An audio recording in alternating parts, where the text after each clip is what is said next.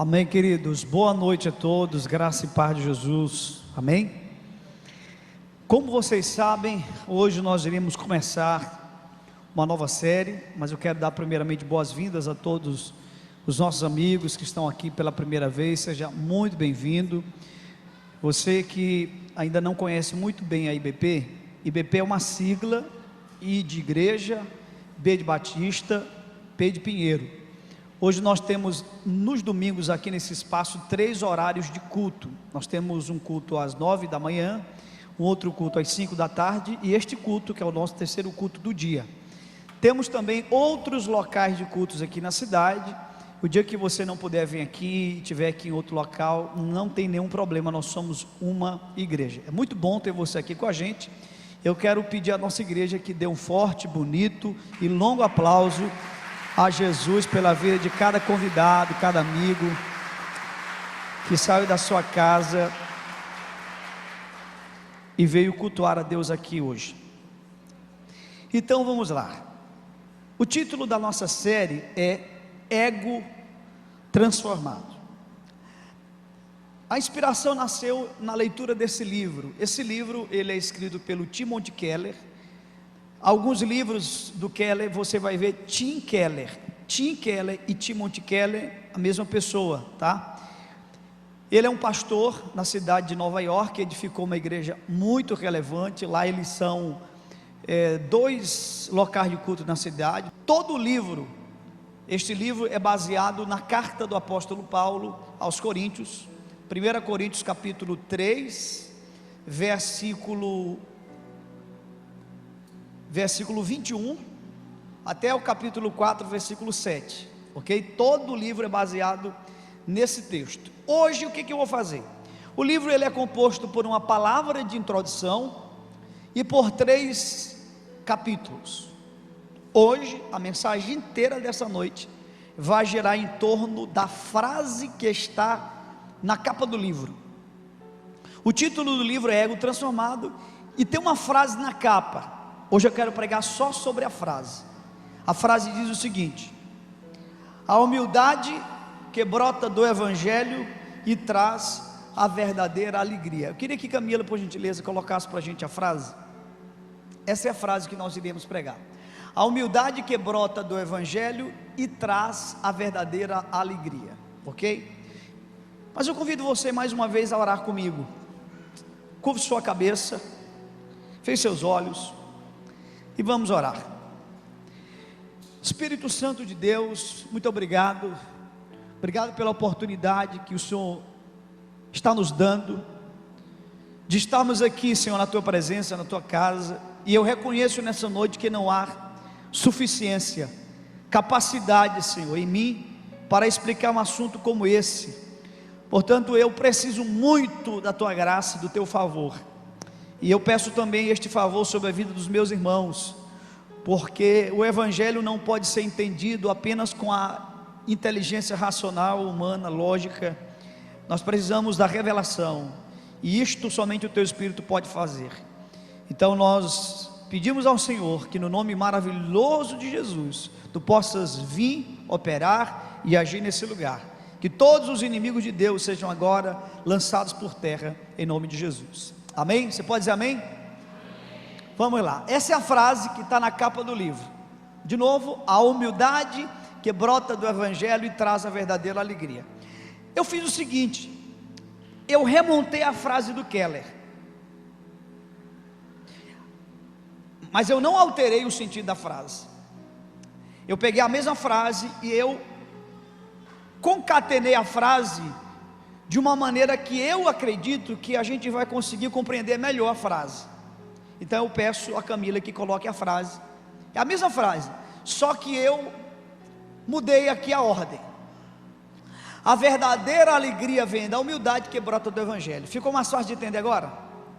Está bem mais fácil, né? É a mesma frase.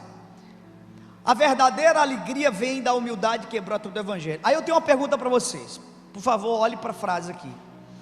Qual é a palavra que, se eu retirar dessa frase, eu desmonto toda a frase? Vou fazer a pergunta, eu acho que só Bárbara entendeu. Existe uma palavra aqui, que se eu retirá-la, eu desmonto toda a frase. É como se essa palavra fosse um eixo. Você sabe que se você retira o eixo, você desmonta tudo. Então, se eu retirar essa palavra dessa frase, eu desmonto toda ela. Ela fica sem sentido, sem nenhum sentido. Qual é a palavra? Evangelho. Evangelho é sim a palavra mais forte dessa frase. Eu vou usar uma figura, porque nós humanos, nós precisamos muito disto para entender as coisas. Keller está dizendo o seguinte: é como se o Evangelho fosse a raiz, o tronco fosse a humildade, e o fruto fosse a alegria. Se você corta o fruto de uma árvore, você derruba a árvore. Por vezes na vida a gente pode ficar sem alegria.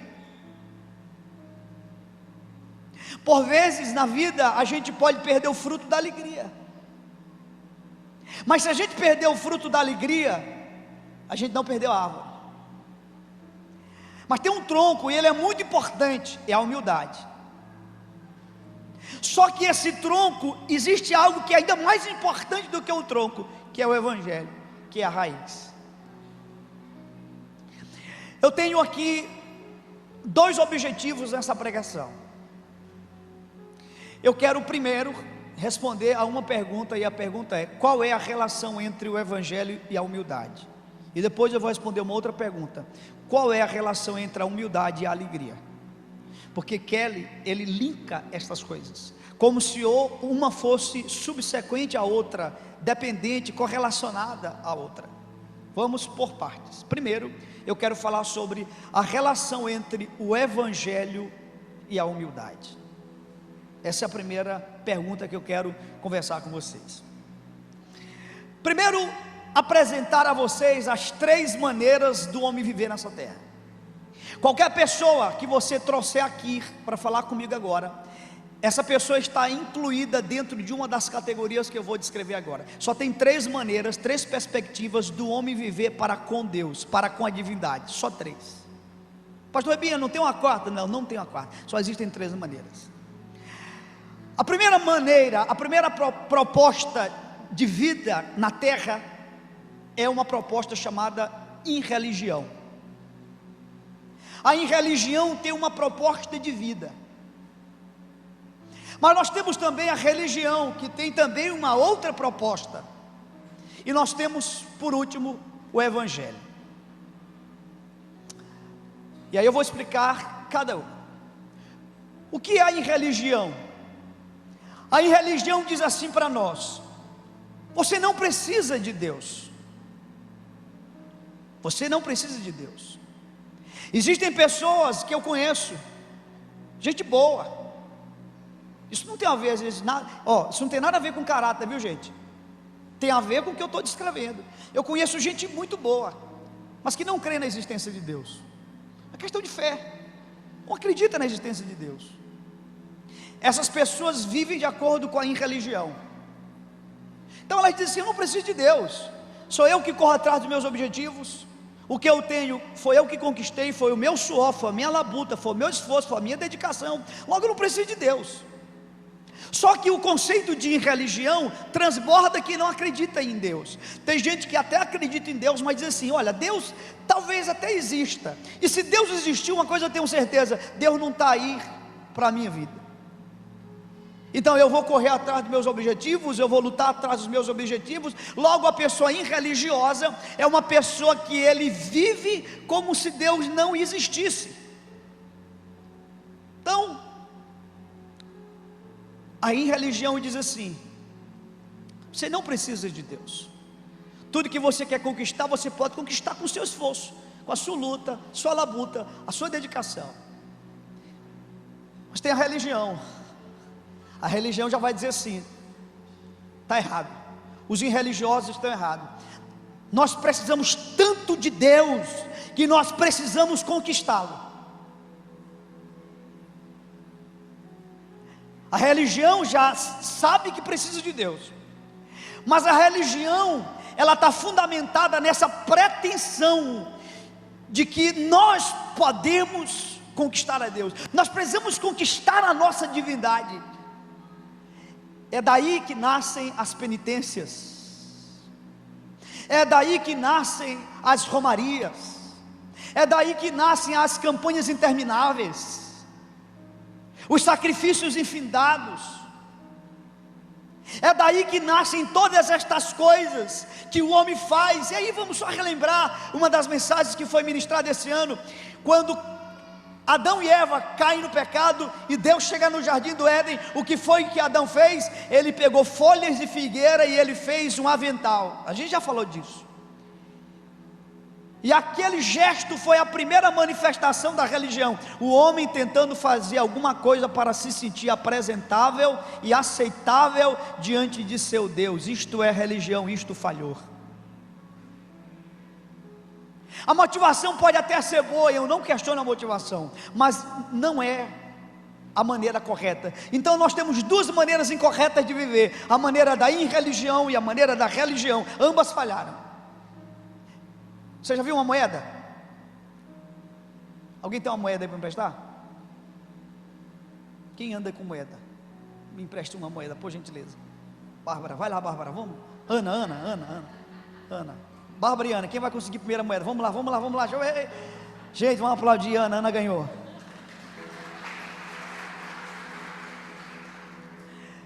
A moeda, ela tem duas faces. Uma face a gente chama de cara, a outra coroa.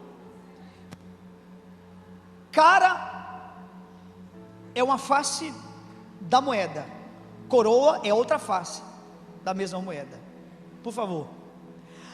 A irreligião e a religião são faces de uma mesma moeda chamada justiça própria. Eu sei que já tem gente me entendendo aqui. Assim como aquele que acha que não precisa de Deus pode fazer tudo para conquistar o que quer, aquele que sabe que precisa de Deus, mas acha que tem que conquistá-lo, também está sustentado no mérito, na justiça própria. Erros de uma mesma moeda chamada justiça própria. Mas tem o Evangelho. E o que é o Evangelho?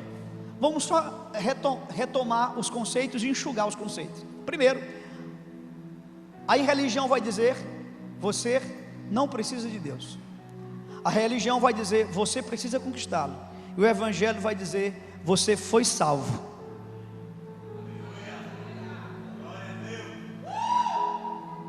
O Evangelho é o inverso de tudo isso, porque o Evangelho vai dizer assim: você foi salvo.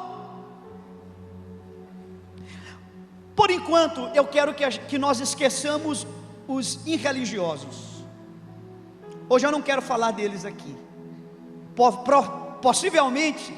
Possivelmente eu irei falar lá na frente. Hoje não. Hoje vamos deixar de lado os irreligiosos. Dificilmente num lugar como esse eu tenho um irreligioso. Dificilmente. Mas eu tenho aqui dentro hoje as duas últimas categorias: religiosos e evangélicos.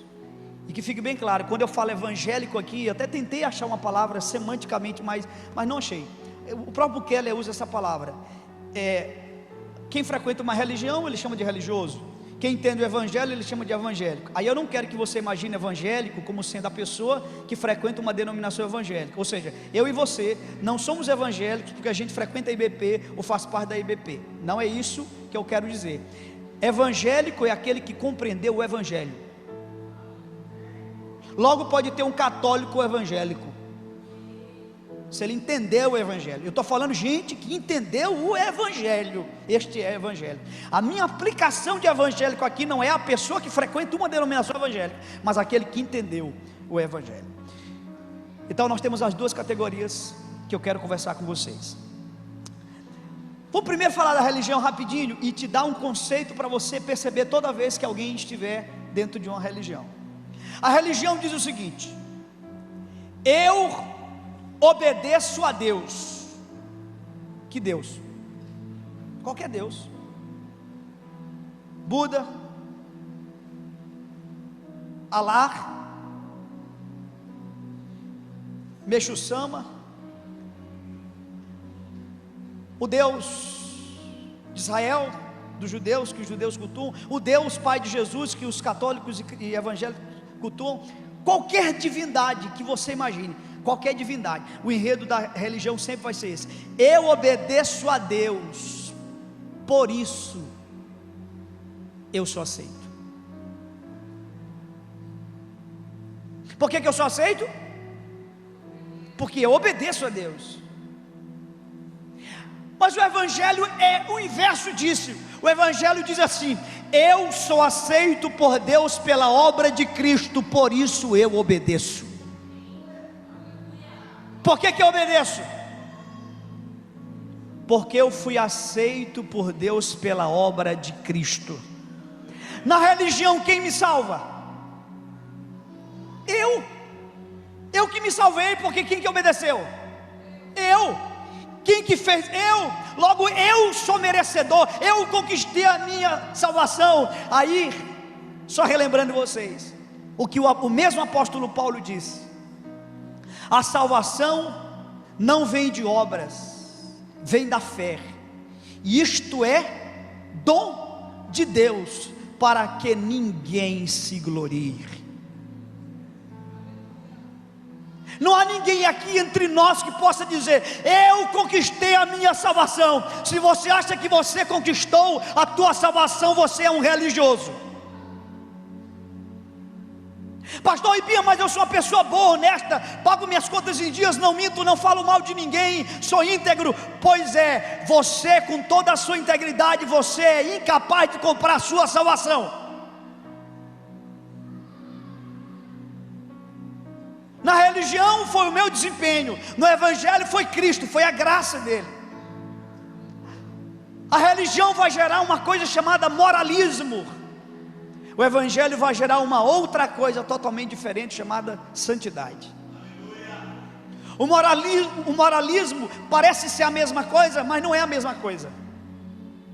Isso que é incrível, gente. O religioso e o evangélico, volto a dizer, evangélico no sentido que eu estou apresentando, o religioso e o evangélico, eles estão na mesma igreja, eles leem a mesma Bíblia, eles frequentam a mesma célula, eles fazem as mesmas coisas, eles ajudam os pobres, eles pregam o evangelho, só que eles fazem tudo isso pelas razões mais distintas. Um faz porque quer fazer para alcançar alguma dádiva, como se ele estivesse comprando alguma coisa de Deus pelo seu comportamento exemplar. O outro porque foi aceito e comprado pela obra exemplar de Cristo, é que ele vai desenvolver os melhores comportamentos possíveis. Porque qualquer comportamento que não brote do sacrifício da cruz é moralismo. Jesus disse assim: sabe quem é adúltero para a religião? Adúltero é um homem ou uma mulher que tem uma experiência extraconjugal, uma experiência sexual, carnal. Esta pessoa é adúltero, não é assim? Mas para o evangelho, quem é adúltero? Para o evangelho, adúltero é qualquer homem ou qualquer mulher que olha e pensou, desejou, cobiçou, já cometeu adultério. Logo o critério é muito mais rígido, porque a santidade ela é de dentro para fora, o moralismo não. Na religião, a religião gera medo, o evangelho gera gratidão. Tem gente que acha que o medo faz as pessoas se converterem. E até pode fazer, gente, até pode fazer alguém converter, não, até pode fazer alguém virar um religioso. E eu vou ser honesto contigo, eu não me converti no dia que eu virei evangélico, eu me converti depois. Porque eu virei evangélico por qual razão? Minha experiência, talvez não foi a sua experiência, a minha. Por que eu virei evangélico? Porque eu comecei a ler a minha Bíblia e eu fiquei com medo do inferno. Alguém aqui ficou com medo do inferno em algum momento da vida? Levanta a mão. Eu fiquei com muito medo do inferno. E eu pensei assim: rapaz, só tem um jeito de eu ficar livre do inferno, vou virar crente. Só que todas as pessoas que eu conheço, que se converteram por essa razão, não permaneceram, porque o medo não faz ninguém permanecer na presença de Deus. Quer ver o exemplo mais perto de nós possível? Coronavírus, Covid-19. Eu vi muito. Agora as pessoas estão com medo e elas vão converter. Está todo mundo com medo e todo mundo vai virar crente. E virar crente, o que teve de crente que desviou? Porque o medo nunca converteu ninguém. O que converte as pessoas é o amor manifesto de Deus em Cristo Jesus, na cruz do Calvário. Porque Deus amou o mundo de tal maneira, que deu o seu Filho unigênito, para que todo aquele que nele crê, não pereça, mas tenha vida eterna. Somente isso.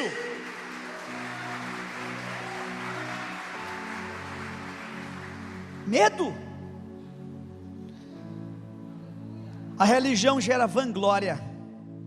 Por quê? Porque eu conquistei. Então, estava até falando agora para as pessoas, por que deram o nome daquele carro coletivo de van? Lá vem a van e passou a van. Porque van é isso, van é o que passa.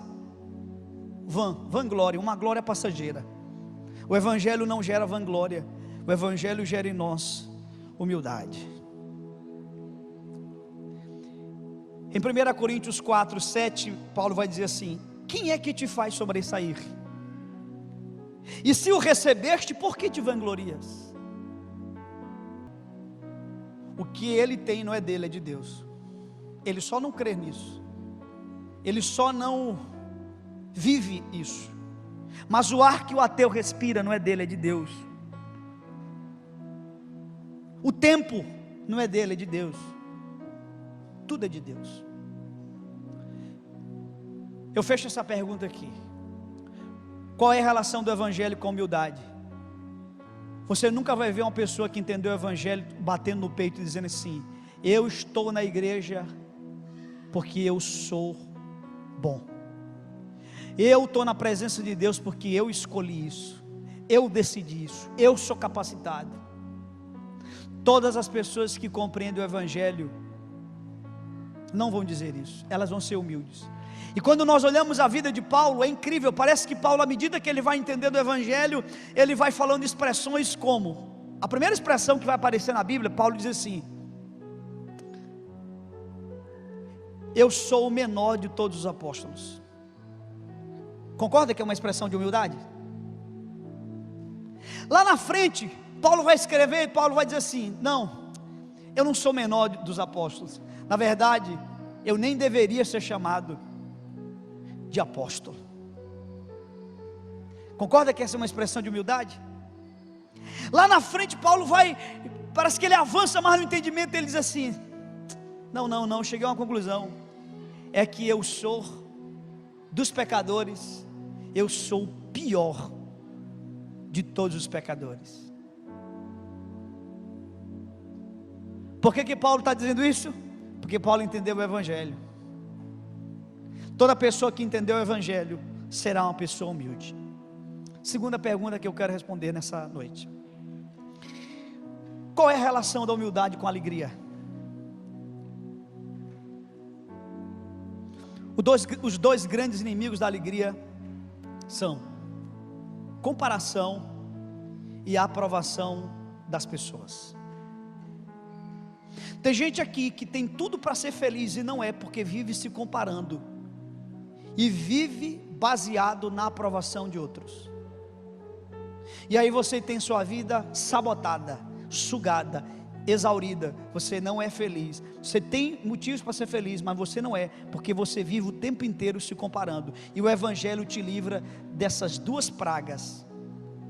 Paulo está dizendo aqui: eu não me comparo, e eu também não busco a aprovação de vocês. Vamos ler aqui 1 Coríntios. Pega sua Bíblia em 1 Coríntios capítulo 3, versículo 21. 1 Coríntios capítulo 3, versículo 21. Diz assim a palavra de Deus: portanto,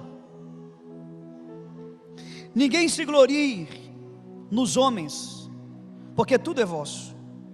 Seja Paulo, seja Apolo, seja Cefas, seja o mundo, seja a vida, seja a morte, sejam as coisas presentes, sejam as futuras, tudo é vosso, e vós de Cristo, e Cristo de Deus. Assim, pois, importa que os homens nos considerem como ministros de Cristo e dispenseiros dos mistérios de Deus. Ora, além disso, o que se requer dos dispenseiros é que cada um deles seja encontrado fiel. Todavia, a mim, muito pouco se me dá de ser julgado por vós, ou por tribunal humano. Nem eu tampouco julgo a mim mesmo, porque de nada me arguia a consciência. Contudo, nem por isso me dou por justificado, pois quem me justifica, ou quem me julga, é o Senhor. Portanto, nada julgueis antes do tempo, e até que venha o Senhor, o qual não somente trará à plena luz as coisas ocultas das trevas, mas também manifestará os desígnios dos corações, e então cada um receberá seu louvor da parte de Deus. Estas coisas, irmãos, apliquei-as figuradamente a mim mesmo e a Apolo, por vossa causa, para que por nosso exemplo aprendais isto: não ultrapasseis o que está escrito, a fim de que ninguém se ensoberbeça a favor de um em detrimento de outro. Pois quem é o que te faz sobressair? E que tens tu que não tenhas recebido? E se o recebeste, por que te vanglorias como se não tiveras recebido? Olha aqui para mim. Você observou que esse texto que eu comecei lendo, ele começa com uma palavra, e a palavra é portanto. Eu já expliquei em outras mensagens aqui para vocês. O princípio de interpretação é: portanto, não é uma palavra de início de discurso ou de texto. Ninguém começa um texto, ninguém começa um discurso dizendo assim, portanto. Não, portanto é uma expressão conclusiva. Logo, o que Paulo está fazendo aqui? É como se ele estivesse dizendo assim: olha, eu tenho outros assuntos para tratar com vocês, mas eu quero fechar este raciocínio. Que raciocínio? Começa no capítulo 3, ele está falando de uma situação que aconteceu na igreja de Corinto, e eu quero que você redobre sua atenção para ouvir isso. Paulo implantou a igreja de Corinto. Paulo ficou 18 meses na igreja de Corinto, 1 ano e meio. Depois outros homens passaram por lá, Cefas, que é Pedro, e Apolo, que era um evangelista. Só que as pessoas da igreja de Corinto começaram a se agrupar literalmente em facções. Quando a gente fala facção, a pessoa pensa logo criminosa. Não, nem toda facção é criminosa. Haviam facções dentro da igreja de Corinto. Ufa! Quando eu vejo que uma igreja implantada por Paulo tinha facções, eu fico um pouco mais tranquilo, porque o tempo passa, irmãos, e o homem continua o mesmo. Século 21, a gente continua tão faccioso quanto nos dias de Paulo. A diferença é que nos dias de Paulo era: eu sou de Apolo, eu sou de Cefas, eu sou de Cristo. E aqui é: eu sou de Leandro, eu sou de Francisco, não, eu sou de Ribinha, não, eu sou de Edson, eu sou de Marivaldo. E Paulo está dizendo: está tudo errado, vocês não entenderam nada, ninguém é de ninguém, e todos são de Cristo. Ninguém é de ninguém, e todos são de Cristo. Mas havia facção na igreja. A igreja estava dividida em blocos. Eu sou do grupo de Apolo, eu sou do grupo de Pedro, eu sou do grupo de Paulo. E Paulo diz assim: incrível, vocês estão querendo me comparar com Apolo, né? Pois bem, eu não me comparo. E sabe por que eu não me comparo com Apolo? Porque eu entendi uma coisa: Apolo tem uma singularidade, eu também tenho uma singularidade. Aqui está a chave, gente. Por que o humilde não se compara? Porque o humilde sabe que ele é singular. O humilde sabe que ele tem uma digital, Calédios. Nunca houve um homem antes de Calédios, e nunca haverá um homem depois de Calédios com a digital de Calédios. Então, quando Calédios entende isso, ele não vai se comparar com ninguém. Por quê? Porque ele é único. Isso não vai ensoberbecê-lo, pelo contrário, isso vai gerar nele uma gratidão extraordinária. O problema é que as pessoas vivem se comparando. E Paulo diz assim: olha, eu plantei, Eu tenho uma expertise, eu planto, Apolo regou, Apolo tem outro dom. Vocês ficam me comparando com ele, mas eu não me comparo. Por isso que Keller vai dizer que o humilde é alegre, porque o humilde, quando olhar o outro tendo suas conquistas, ele não vai ficar com inveja ou ciúme, ele vai celebrar. Achei muito bonito. Eu estava assistindo um programa e uma moça mandou uma carta para um sacerdote, e ela dizia assim: me ajuda, porque a minha irmã fez o vestibular pela primeira vez e passou, e eu já fiz várias vezes e nunca passei. E quando chegou a notícia que a minha irmã tinha passado, toda a minha família celebrou, mas eu fiquei com ciúme e com inveja da minha irmã. Só que eu não gosto desse sentimento. Essa moça foi orgulhosa ou foi humilde, gente? Vou fazer a pergunta de novo. Essa moça foi orgulhosa ou foi humilde? Ela foi humilde. Ela disse, ela foi até para um padre, ela disse: padre, eu não gosto disso, mas é o que eu estou sentindo. Eu estou sentindo inveja da minha irmã, porque ela conseguiu passar de primeira. Mas por que ela começou a sentir inveja da irmã? Porque de uma maneira ou de outra ela se comparou. Um exemplo que vocês conhecem, pelo menos eu acho que vocês conhecem: Michael Phelps, o maior medalhista da história das Olimpíadas. Fizeram um documentário, e aí a pessoa perguntando: Phelps, como é que você conseguiu? Porque quem entende esporte pode até me corrigir agora, mas se não me falha a memória, os 5 ou 6 primeiros recordes são dele. É isso mesmo? 5 ou 6? Alguém sabe me informar? Isso é isso? É isso mesmo, né? Pois é. Então a outra pessoa é o sétimo. Então o sétimo tem que bater o sexto. Quem é o sexto? Phelps. Tem que bater o quinto. Quem é o quinto? Phelps. O quarto, o terceiro, o segundo, Phelps. Aí perguntaram para ele: Phelps, como é que você conseguiu ter tanto resultado, ser tão exitoso na sua carreira, competindo com tantas pessoas extraordinárias? Ele disse: não, eu nunca competi com ninguém. Como assim? Você nunca competiu? Claro que você compete. Você compete com as pessoas que estão. Ele disse: não, talvez aí está o problema de vocês. É que vocês acham que eu estou competindo com as pessoas. Eu não estou competindo com ninguém. Aí ele deu um nó na cabeça do entrevistador. Ele disse assim: amigo, deixa eu te explicar uma coisa. Toda vez que eu desço naquela piscina, eu não estou competindo com quem está do meu lado direito ou do meu lado esquerdo. Eu estou competindo comigo mesmo. E eu estou hoje tentando ser melhor na piscina do que eu fui ontem.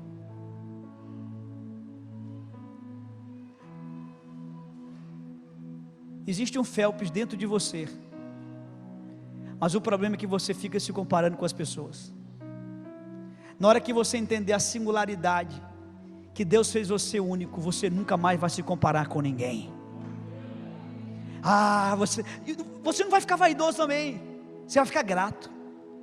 Você vai se olhar no espelho e vai dizer: não tem ninguém que tem esse cabelo, não tem ninguém que tem essa cor, não tem ninguém que tem essa pele, não tem ninguém que tem ninguém igual você. Você é único. Você foi feito com uma digital. Você foi feito por um Deus que sabe o que faz, que não erra nos seus propósitos, que não erra nos seus desígnios. Mas o problema é que quando a gente não compreende o Evangelho, consequentemente falta humildade, e a gente fica se comparando o tempo inteiro. Quando não, a gente fica buscando a aprovação das pessoas. Aí eu quero tocar num ponto importante: elogios e críticas. Quem aqui já foi elogiado? É bom ou é ruim receber elogios? É bom? É bom demais. Quem aqui já foi criticado na vida? É bom receber crítica? É bom demais. Mas deixa eu te dizer uma coisa, que a humildade vai nos ensinar. A humildade vai nos ensinar que as duas coisas preparam o homem. O elogio pode nos exaltar. Concorda comigo? Você concorda que uma pessoa pode cair no meio de um elogio? Quando o elogio não te exalta e a crítica não te abate, você está preparada porque Deus quer fazer através de você. Aí eu vou te dar um testemunho pessoal, posso? Te dar um testemunho pessoal aqui.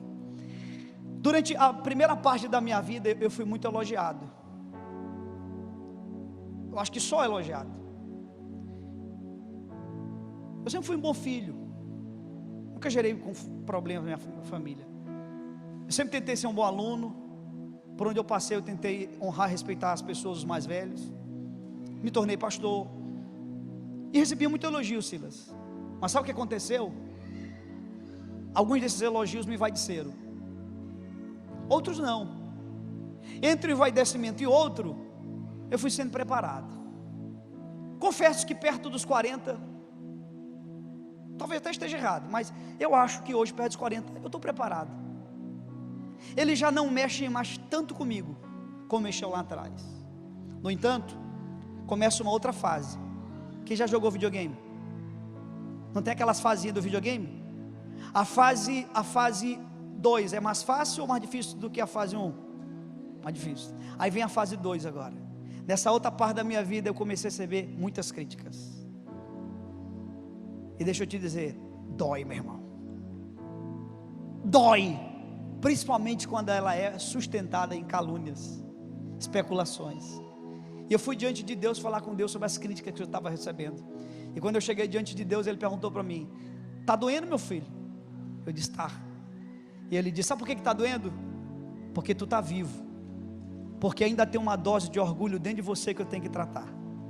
Na hora que você receber críticas, essas críticas não mexerem mais com você, aí você vem para falar comigo, porque aí eu vou realizar aquilo que eu quero fazer na tua vida. Agora é fácil? Não é fácil. Na hora que você estiver preparado para o elogio, para a crítica, quando o elogio não te exaltar e a crítica não te abater, você está pronto para o que Deus quer fazer através da tua vida. O que Paulo estava dizendo era o seguinte: eu não me importo com a opinião dos outros, eu não me importo com os tribunais humanos, eu não me importo nem com a minha própria avaliação, eu só me importo com uma coisa: eu me importo com a vontade de Deus. Que nível é esse? Este é um nível que Deus quer levar a IBP. E deixa eu te dizer, eu, pastor Ripi, ainda não cheguei nele. Talvez você chegue primeiro do que eu. Se você chegar primeiro do que eu, me ajuda. Eu também quero chegar lá. Mas uma coisa eu tenho certeza: Deus está chamando essa igreja para esse nível. E quando nós chegarmos nesse nível, essa cidade será impactada, porque toda a criação aguarda a manifestação dos filhos de Deus, e Pinheiro verá filho de Deus.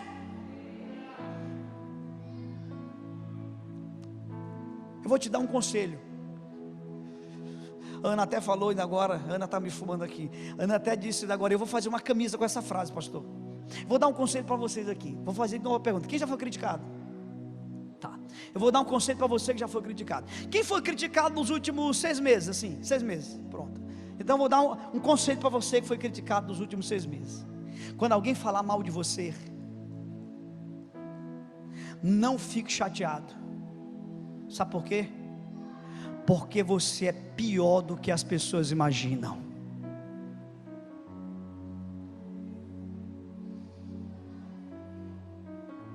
Quem disse isso foi Charles Spurgeon.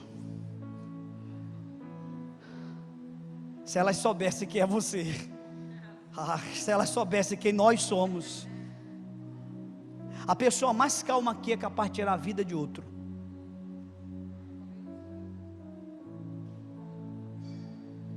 Nós somos piores do que as pessoas imaginam. E talvez tenha gente aqui dizendo assim: eu não sou tão ruim assim. É o pior de todos. Esse é o pior. Até uma cacofonia aqui. É o pior, mais pior de todos.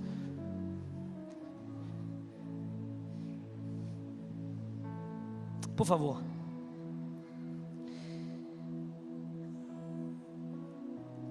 O que fazer com o nosso orgulho? O que fazer com pessoas que têm esse problema? Pastor, a gente precisa confrontá-las. Experimente confrontar uma pessoa orgulhosa para você ver. Aí as pessoas gostam de dizer assim: fulano feriu meus sentimentos. Keller vai dizer que não existe sentimento ferido. Isso não existe. Sentimento não pode se ferir. Quem se fere é o ego. Só que é mais confrontante você dizer: o meu ego foi ferido. Ninguém vai dizer isso. Ferir os meus sentimentos. Toda vez que uma pessoa se fere, é porque a dose de orgulho dentro dele estava maior do que a dose de humildade. Porque uma coisa tem que ficar claro aqui, viu, irmãos? Todos nós aqui temos dentro de nós orgulhos, ciúmes e invejas. Não, pastor Ebiel, não tem. Tem sim, irmão, você tem. A diferença é que você aprendeu a controlar.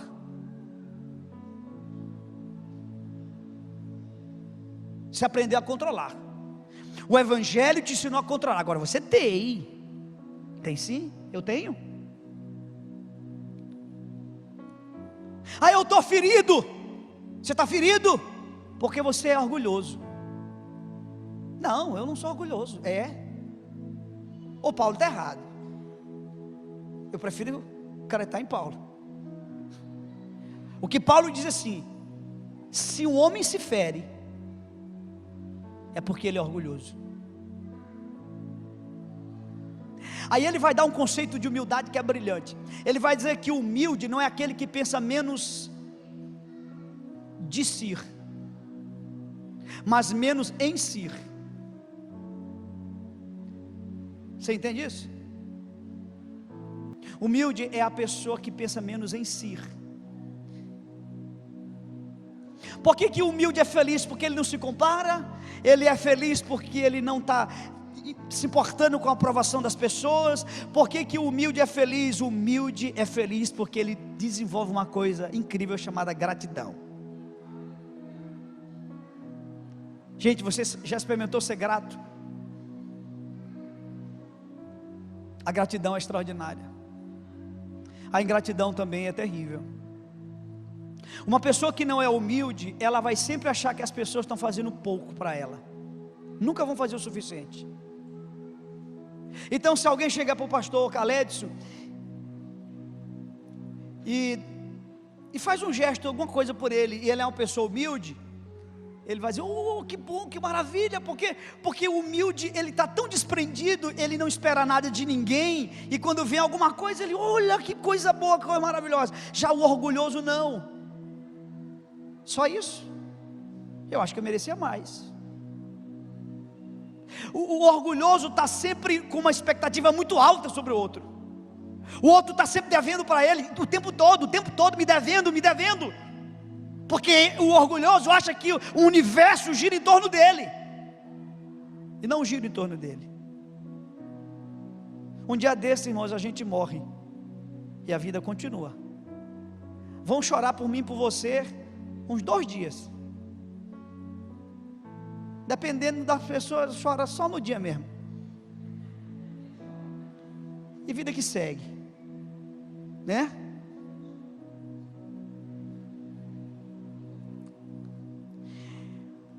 Experimente. Eu vou te dar um exercício aqui, é muito simples. Experimente. Tem um pregador que eu gosto muito dele, chamado John Piper. Ele diz: como tomar um suco de laranja para a glória de Deus. Ele tem esse vídeo no YouTube, muito bom.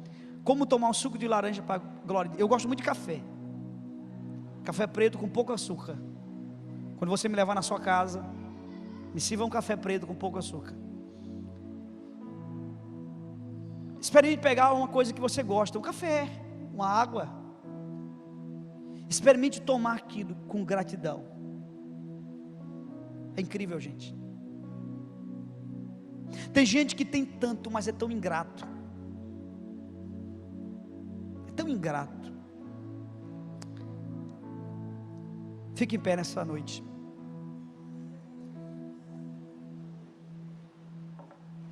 Eu deixei por último essa frase aqui.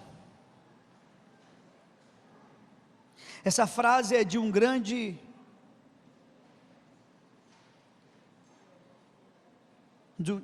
homem de Deus chamado Charles Gordon. Olha essa frase aí, por favor, escute. Se Deus sorri para nós, nem sorriso nem desprezo dos homens nos poderão afetar. Vivo perante um só ouvinte, perante os outros nada tenho a provar, nada a ganhar e nada a perder. Eu vou repetir. Se Deus sorri para nós, nem sorriso nem desprezo dos homens nos poderão afetar. Vivo perante um só ouvinte, perante os outros nada tenho a provar, nada a ganhar e nada a perder. Se você não fizer mais as coisas buscando elogios ou fugindo das críticas, e agora, pastor Francisco? Se você e eu, se nós não faremos mais as coisas buscando elogios ou fugindo das críticas, por que a gente vai fazer? A gente vai fazer pela razão maior, para a glória de Deus. Para a glória de Deus. Quantos de nós deixamos de fazer coisas para a glória de Deus porque nós estávamos presos na opinião, avaliação das pessoas, porque nós estávamos nos comparando? Você terá uma vida feliz, você não será inseguro, você não terá medo de perder seu cônjuge, você não terá medo de perder uma amizade, você não terá medo de perder seu emprego, você não terá medo de perder nada, quando você entender que você é singular,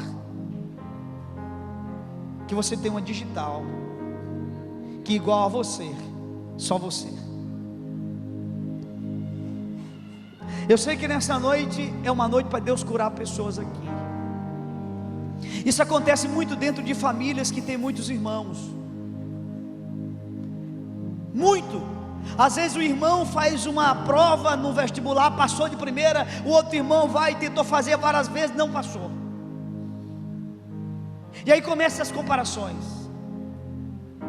Mas muitas vezes aquele que não passou é porque não faz parte do propósito de Deus para ele aquilo. Muitas vezes aquele que não passou vai desenvolver uma outra coisa, vai virar um empreendedor, e a vida vai dar tão certo. Eu fico vendo meus amigos pastor Rodrigo e pastor Fred, e por favor, eu não estou fazendo aqui uma apologia a não estudar, pelo amor de Deus, mas o Rodrigo sempre foi muito inteligente.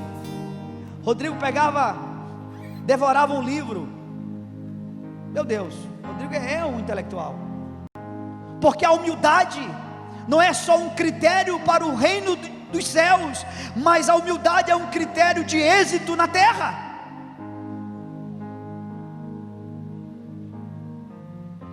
A verdadeira alegria vem da humildade que brota do Evangelho.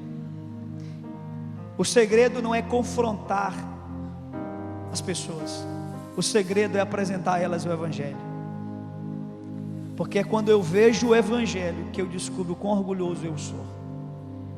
É quando eu me desbruço no Evangelho que eu vejo as invejas e os sentimentos que estão dentro de mim, que não são compatíveis com a vontade de Deus, e eu aprendo a dominá-los.